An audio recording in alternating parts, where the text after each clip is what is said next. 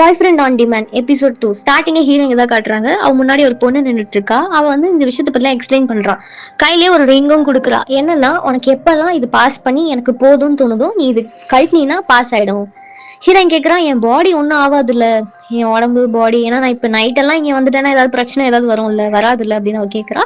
அதெல்லாம் ஒரு பிரச்சனையும் இல்லை, நீங்க திருப்பி உங்க டேட்டிங் கண்டினியூ பண்ணுங்க அப்படின்னு சொல்லிட்டு அவ போயிடுறா. அப்போ வந்து அந்த பையனை அவ காப்பாத்திருப்பா, அவனை பார்த்திருப்பா, இவன் இவ்வளவு அழகா இருக்கானே அப்படின்லாம் இருக்கும்ல. அதுல இருந்து அப்படியே கண்டினியூ ஆகுது. அவ வந்து அந்த பையனையே பார்த்துட்டு இருக்கா. இவ்வளவு அழகா ஒரு பையனா அப்படி பார்த்துட்டு இருக்கும்போது அவன் டக்குன்னு முழிச்சு திருப்பி அவ கையை தான் பிடிக்க வரான். இவ பயந்து அந்த ட்ரீம் வந்து அப்படியே ஆஃப் ஆயிடுது. அவ நிறைய ஸ்டோரிஸ் எல்லாம் பாக்குறா, கம்பெனி போறா, இவ்வளவு அழகா இருந்தால, ஹேண்ட்ஸமா இருந்தால அப்படின்னு ட்ரெயின்ல போகும்போது அதான் யோசிக்கிறா, ஒர்க்ல போய் உட்காந்துமே அதான் யோசிக்கிறா.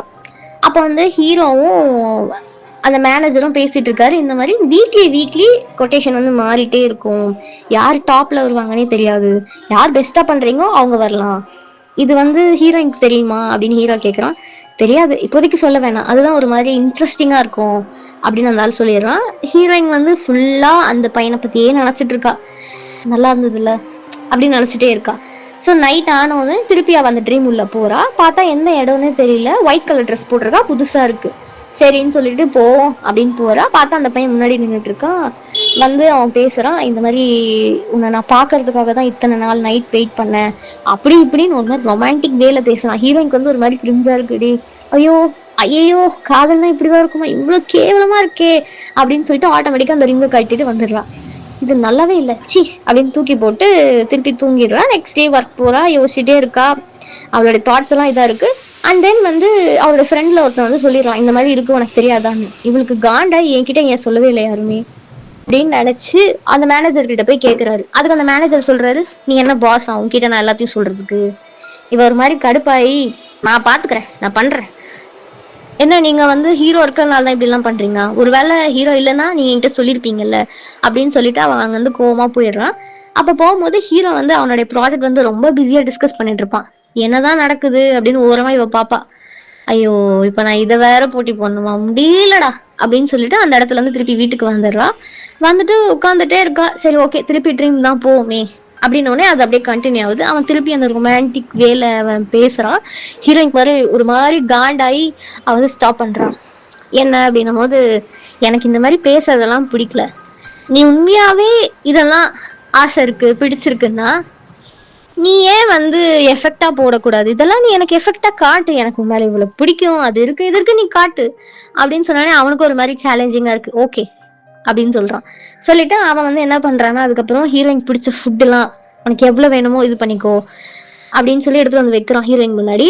அவளுக்கு ஒரு மாதிரி ஷாக் ஆயிடுது, ஏன்னா ஒரு டேபிள் ஃபுல்லா ஃபுட் இருக்கு. பார்த்துட்டு அவ யோசிக்கிறா, இது வெறும் கனவு தானே, என்ன நல்லாவா இருக்க போகுது அப்படின்னு யோசிச்சுட்டு ஒன்னு எடுத்து சாப்பிட்றா. பட் சூப்பரா இருக்கு. அதுக்கப்புறம் ஒன்னா தேடி போய் சாப்பிட்றா.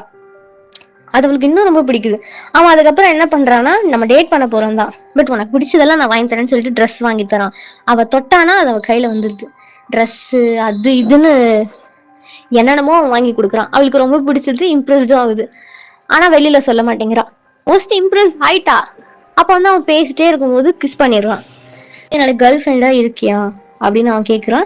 இவ வந்து எதுவுமே சொல்லலை, பட் உனக்காக நான் ஒன்று வச்சிருக்கேன்னு சொல்லிட்டு அவன் வந்து எடுத்து ஒரு மோதிரம் கொடுக்குறான். இவளும் வந்து போட்டு விடு அப்படின்னு சொல்லிட்டு கை நீட்டுறா. பட் அந்த இடம் அப்படியே ஃப்ரீஸ் ஆகி நின்றுடுது. இவளுக்கு ஒண்ணுமே புரியலையே, என்னாச்சு உனக்கு, டேய் என்னடா ஆச்சு உனக்கு அப்படின்னு தட்டுறா. ஆனா வந்து அவன் அசையவே இல்லை, அப்படியே நின்றுட்டு இருக்கான். இவளுக்கு ஒண்ணுமே புரியல என்ன ஆச்சுன்னு போது தான் இவளுக்கு ஒண்ணுமே புரியல என்ன ஆச்சு அப்படின்னு யோசிக்கிறா. அந்த ட்ரீம் வந்து அப்படியே ஸ்டாப் ஆயிடுது. அவ தூக்கி போட்டு திருப்பி வேலைக்கு போறா. நார்மலா போகுது அவ லைஃப். அப்ப வந்து அந்த கொடுத்தாங்கல்ல, அவங்க கிட்ட போய் கேட்கும் டாஸ்க்கு, ஒரு பர்சன் நீ டேட் பண்ணலாம், உனக்கு ஏன் அந்த பர்சன் தான் வேணுமா, வேற யாராவது டேட் பண்ணு அப்படின்னு சொல்லி அமுச்சு விட்டுருவாங்க. இவளும் வந்து ஃபர்ஸ்ட் பிடிக்கவே பிடிக்காது, எனக்கு அவன் தான் வேணும் நிப்பா. அப்புறம் அவன் சொல்றதும் ஒரு மாதிரி கரெக்டா தான் இருக்கு, ஏன் அவன் தான் வேணுமா, வெறும் இது ட்ரீம் தானே, நம்ம போய் இன்னொரு பர்சனை தேடி கூட டேட் பண்ணலாம் அப்படின்னு மனசுலயே நினைச்சிட்டு அவன் அங்க இருந்து திருப்பி அது உள்ள போவா.